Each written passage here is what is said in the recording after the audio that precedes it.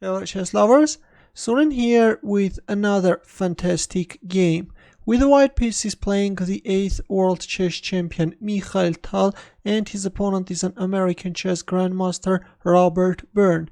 This game was played in 1976 at Biel Interzonal tournament. Now let's see what happened on the board. Tal started the game with e4 and c5 by Byrne, Sicilian defense, knight f3, d6, d4, c takes d4. Here the main move is knight takes d4, but in the game Tal went for Chekhover variation and captured on d4 with the queen. Knight c6, bishop b5. In this line usually white is exchanging his light squared bishop with black knight, bishop d7. Already the queen is hanging, that's why we see bishop takes c6, bishop takes c6. Knight c3, knight f6, bishop g5, e6. White castles queenside, bishop e7, rook e1. Tal is centralizing his pieces, black castles kingside, and queen d2. Tal is freeing this d4 square for the knight. Queen a5, not the best move. It was better to play, for example, rook c8, a standard move in typical positions, but in the game we see queen a5, and later this queen can be exposed to knight d5 threats. Knight d4 was played, rook c8 and king b1. Already white is threatening knight d5. For example, just a random move if a6, then white can go for knight d5. Of course you can't capture because of this knight takes e7 check, and only then white will win back the queen. This is a very famous trick in typical positions. And after knight d5, if move like queen d8, then after the exchange on e7 and f4, the threat is e5. Black is facing serious problems. That's why after king b1, black responded with king h8, a prophylactic move which is acting against knight d5 threat. Now comes f4 and h6. Not a good move. It was better to play rook d8, securing the d6 square, and already black can meet e5 with d takes e5. But in the game we see h6. As you can see, right now the bishop on g5 is hanging, but Mikhail Tal is not the player who will move away his bishop in typical positions. He went for h4 and sacrificed a piece. Robert Byrne dared and captured on g5, but it turns out that actually after this move black is facing serious problems. It was better to play rook e8. The idea is that if g4, then already black can capture on g4 and the bishop on e7 is protected. But instead after h4 we see h takes g5.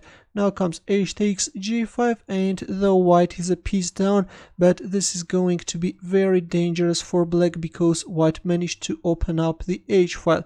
Knight takes e4 was played and queen d3. Of course, capturing on e4 is not a good idea because this leads to simplifications.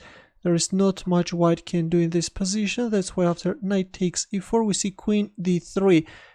This queen is now eyeballing on this h3 square from where it can attack black king. Bishop takes g5, not a good move. After this move white is gaining a huge advantage.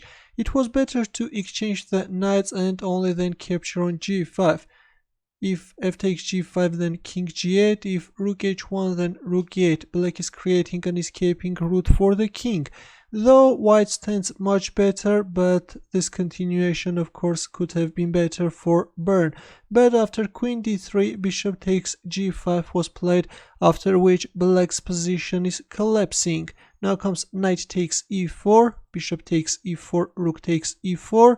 Of course Tal could also recapture with the queen, but in the game we see rook takes e4, bishop h6. This bishop is now covering black king, but now the g-pawn marches forward and the threat is g5.